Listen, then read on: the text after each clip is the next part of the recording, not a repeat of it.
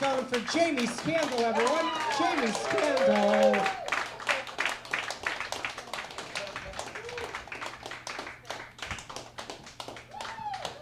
What's gonna happen now? I've been depressed since Shark Week's went over. How long's that been? Wait, so I keep it living on in my shirt. I feel like it's a trick shirt, like this cuts out half of my fat. It doesn't. What are you kidding? Even if you get your friend to take a picture with their head sticking in there, you don't look any skinnier. I tried to be healthier, drink wheatgrass, but then why don't they fucking just call it what it is? Wheat gross, man.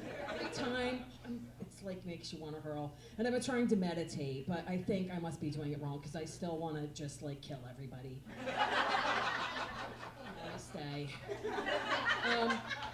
But no, seriously, I am obsessed with like murders and stuff like that. I've always been watching these shows, Forensic Files. I can't wait to dive into Netflix Mindhunter. I heard it's really, really good. And so, what they always tell you is that all the murderers have something in common. When they were children, they enjoyed torturing and murdering animals. And I start thinking about this and worrying because I'm like, well, what about the kids that tortured and killed animals by accident? And then I realize they grew up to be me. So the first time I can remember this happening was like, normal kids would get a goldfish, but no, I have to get an African water frog.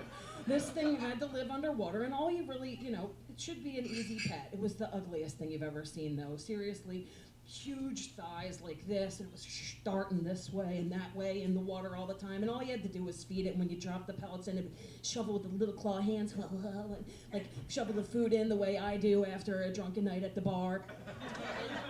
And so this thing was just in there, and all you had to do was make sure when you changed the water that it was room temperature. But, I was an impatient kid. And he looked like, actually, if Serena Williams, if you will, somehow had a three-way with Kermit the Frog, and like the creature from the Black Lagoon, and whatever she gave birth to came out about this big. So this thing's in there, and I just gotta change the water, and I guess I was impatient. I had things to do, I had Smurfs to play with and trees to climb and shit. So I was like, it's coming out too cold, let me just add some hot water to it. And so I did, and I guess it was too hot because I must have boiled him, because up floats not the little happy frog, but like this Ophelia, like from some fucked up aquatic production of Hamlet. And I'm like, I accidentally made frog chowder. He tasted like chicken. No, I didn't eat him, I took him to the town bridge and I catapulted him into the local stream for some sort of half-assed burial at sea.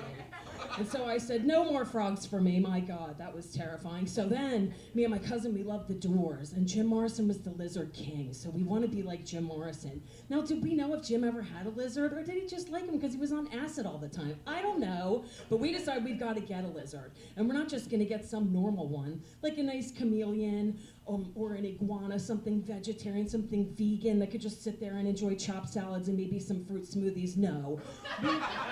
We've got to get some hardcore carnivore. So we go get a Savannah monitor, which is, if you don't know, he's the closest cousin to the Komodo dragon.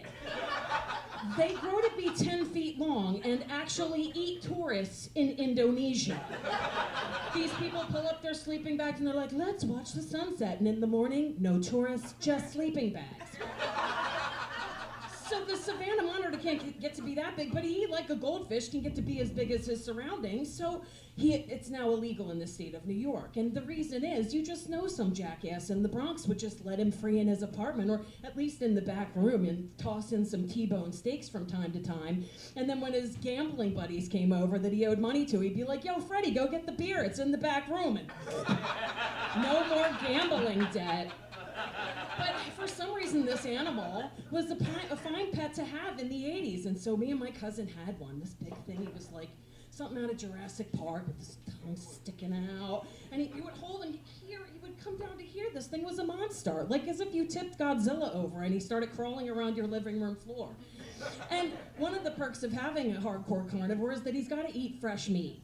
So we would have to walk up to Martin's aquarium and go get like a little mouse or a little rat. Rats are not that little. Put him in a brown paper bag and go give Iggy his lunch. Yes, his name was Iggy because the drug dealer that we bought him from was too stupid to know the difference between an iguana, which is a vegetarian, and a Savannah monitor, which clearly needed some live food. So I get it, and we learned the hard way that you can't just throw the mouse in there because it's gonna start to try to eat the lizard, right? I mean, he's so slow and fat, and the mouse is all pissed off that he's about to get eaten. So you gotta, sit on the front porch and meditate and quickly figure out how to murder this mouse. And so you're like, okay, oh, dear God, please, I'm just trying to feed my pet, okay?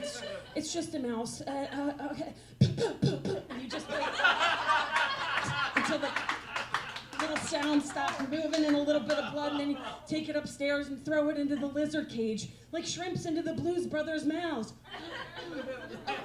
How much for the women, the little girls? So this was our pet, and he was wonderful, except for that, until he died. And then, my dad was like, how long's the goddamn alligator been dead? Because he was full of compassion. And so then, no more lizards. But I had normal pets too when I was a bit younger, and they were hamsters. And they were Buckwheat and Mr. Bill, because I was obsessed with Saturday Night Live. So what better way to show homage to Eddie Murphy and Bill Murray than name your hamsters Mr. Bill and Buckwheat. So I got Mr. Bill first, and he was white and fat and slovenly and just the kind of round lizard with a round kind of mouth, and he really did kind of look like Mr. Bill. And he just sat around the cage eating all the time, and he was fine, but I thought, oh, he might be lonely. Let's get him a friend. And so I went to the pet store and I got Buckwheat. And Buckwheat had some crazy ass hair, but he was always smoothing it down.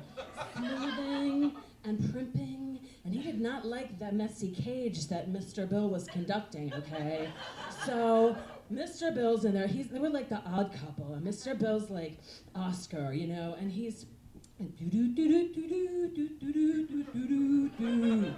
he's relaxing in his lazy boy with, Cheetos and a cigar in his mouth and tiny little Budweiser cans all around, little hamster poops and pieces of corn all over and the bedding. And Buckwheat is just like, when I moved into this place, it was so much of a pigsty, even a pig would condemn it.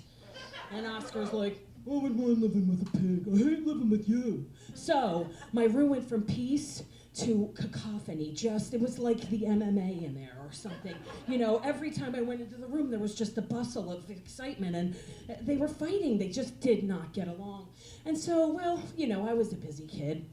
I guess maybe one day I forgot to feed it, or 1 week. And so after watching, Miami Vice or something, I came up from the family and went to my room, which was suddenly deadly quiet. There was a ghastly pall, and nothing was happening in my room. And I walked over to the cage and looked in and saw that something was violently wrong, because all of a sudden, Buckwheat, who was the prim and proper, fastidious one, was all weird looking in the corner, and Mr. Bill, or what was left of him, looked like a tiny version of the spacesuit that George Clooney wears in Gravity.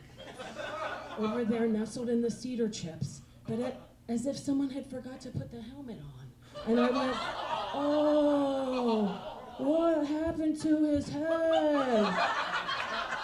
It's just a cavity of Fred. He's like the Ichabod Crane of hamsters.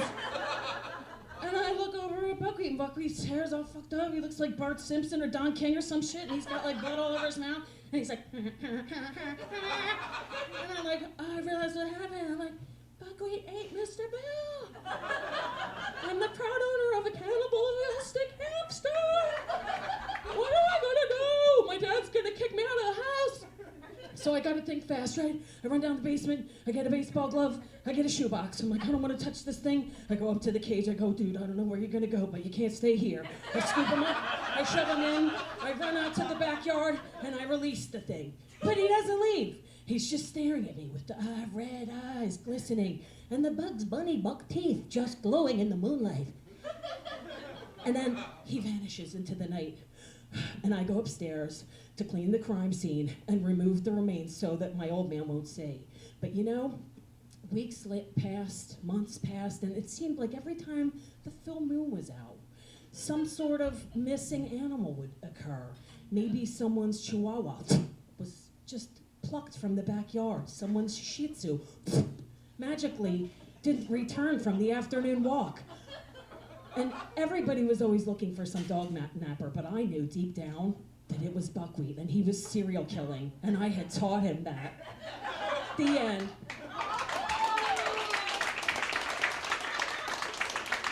Jamie Scandler, everyone.